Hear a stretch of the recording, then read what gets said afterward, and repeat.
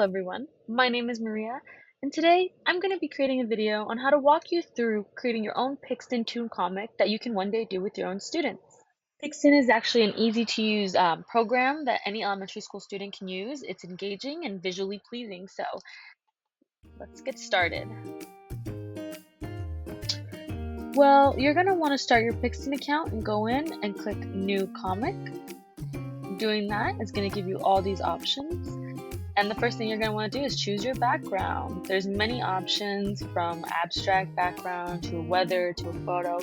But for our intents and purposes today, we're going to do maybe like a jungle theme or some type of nature theme. This one looks good right here.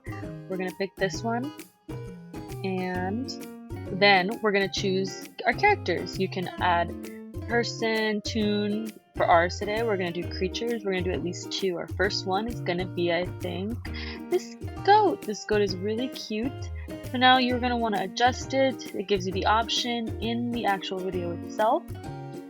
And then you're going to want to go ahead and add your next. Alright. And now, to add your second creature, you would go, let's go back. And we'd add creature, because if you click another, for example this troll looking thing, it replaces it, and we don't want that. So we'll go back to the goat, replace him again, and click add creature. And now you're able to add your secondary animal. This cute monkey is going to be our second guy. You can adjust the size too with the brackets. And if you want to flip him, click this button, and it flips him and adjusts him. So now they can be having a conversation together instead of facing one way. That being said, let's work on adding speech bubbles so that our characters can now have a conversation. Now that we're going to add speech bubbles, make sure to highlight, and always remember you can change the size of these animals so they can have a larger presence or a smaller presence depending on how you do your comic. But now click on words, and you're going to want to click on the speech bubble, and you'll see here which ones they highlight at the top in blue. So we're going to add some speech about why some monkeys are endangered or becoming endangered.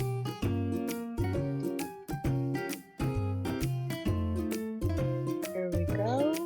Okay, why are some monkeys becoming endangered? And now we're going to have the goat ask that by clicking this check mark, and that adds it to our project. Alright then, let's add another panel to your Pixton. Now, go back to your project.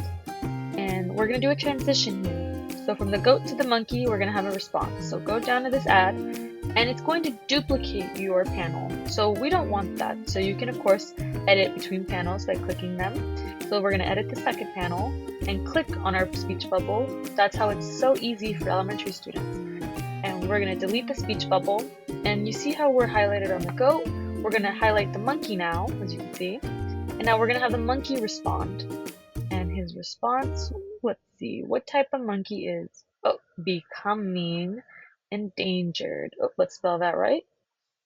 Great, and now, question mark, and we're going to click this check mark, and that way, we're going to have the monkey respond, and now we have 2 completed panels for your Pixton project, just like that.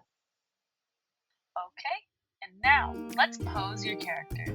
This is exciting, so this is where it becomes a real comic. So the same thing as last time, we're going to add another panel, and remember it duplicates it, so we have to click on what you want to edit, in this case our speech bubble, and we're going to delete the speech bubble, and I want to have the goat say something back.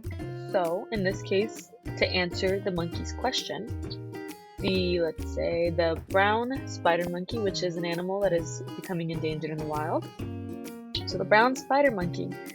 And I want to convey that these animals have been speaking for a while, so I'm going to change their pose.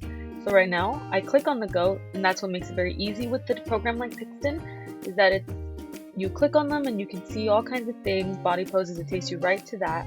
But in this case, I want to have them sitting and comfortable. So here's the goat, and now for the monkey. Let's see, right here. Great. And then this way, it kind of conveys that they've been speaking a while and they're comfortable with each other. And of course, you can click on the background and that can take you somewhere else. So thank you so much for coming to my Pixton tutorial. Hopefully your students will enjoy it, and I hope you go out and make all kinds of Pixtons. Thank you.